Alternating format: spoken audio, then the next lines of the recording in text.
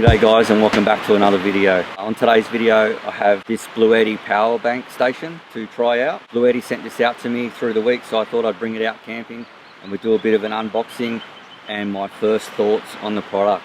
So let's get into it and get this thing out and see what we reckon. So this is their new Eb55 and it's the grey model. Double boxed.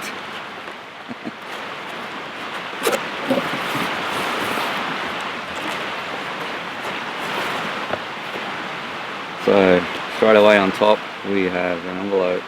I'd say this will just be, this is, so it says here 537 watt portable power station. That's the user manual and the warranty.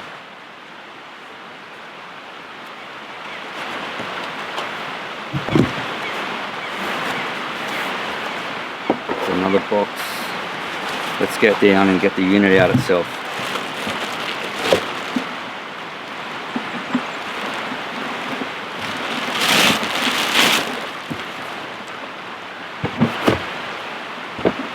So here it is, quite a nice little size. It says 537 watt hours, which I worked out to be about 40 amp hours. Now obviously it's a lithium battery. So let's see what's in this one.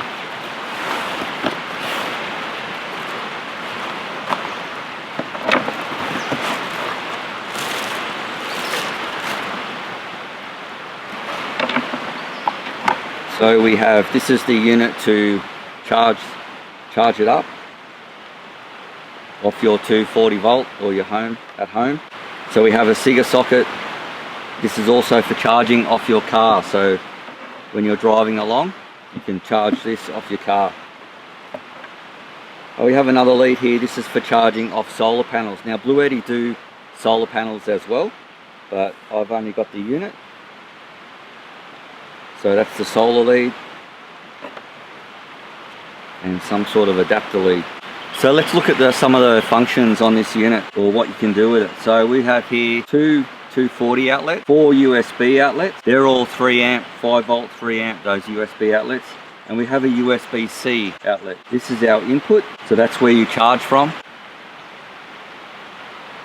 Also over here we just have a normal Sega socket for your 12 volt accessories around camp. A lot of things these days are USB though, so that's quite handy. We've got a nice display on the front here, and that tells us the state of charge.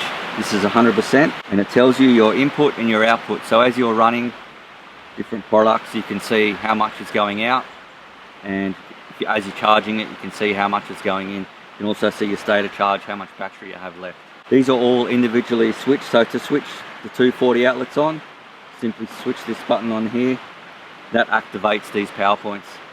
Same with the USB ones, switch this one on, and that fires up those ones. And then same up here with your Sega socket.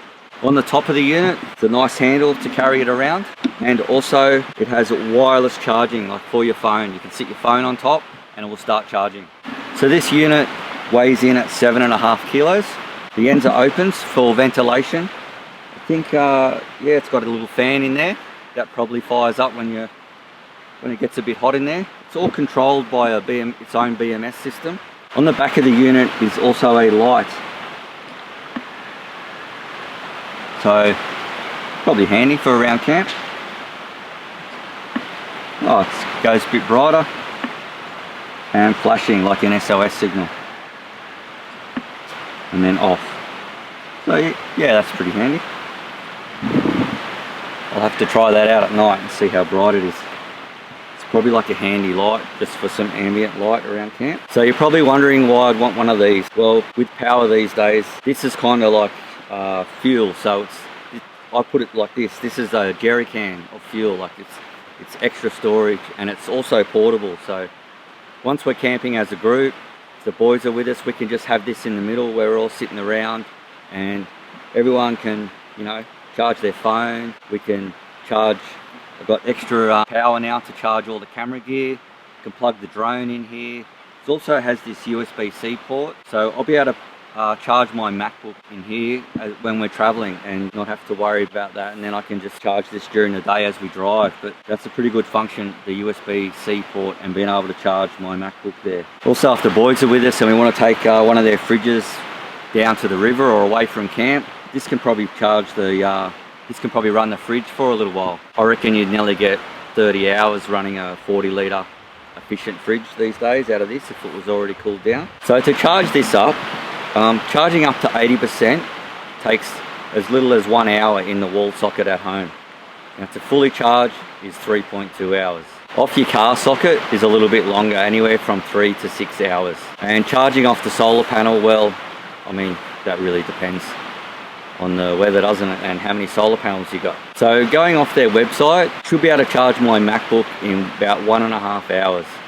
So I'm pretty happy with that. That's pretty good. So some of the other things we'll probably use this for in the camper will be a little NutriBullet.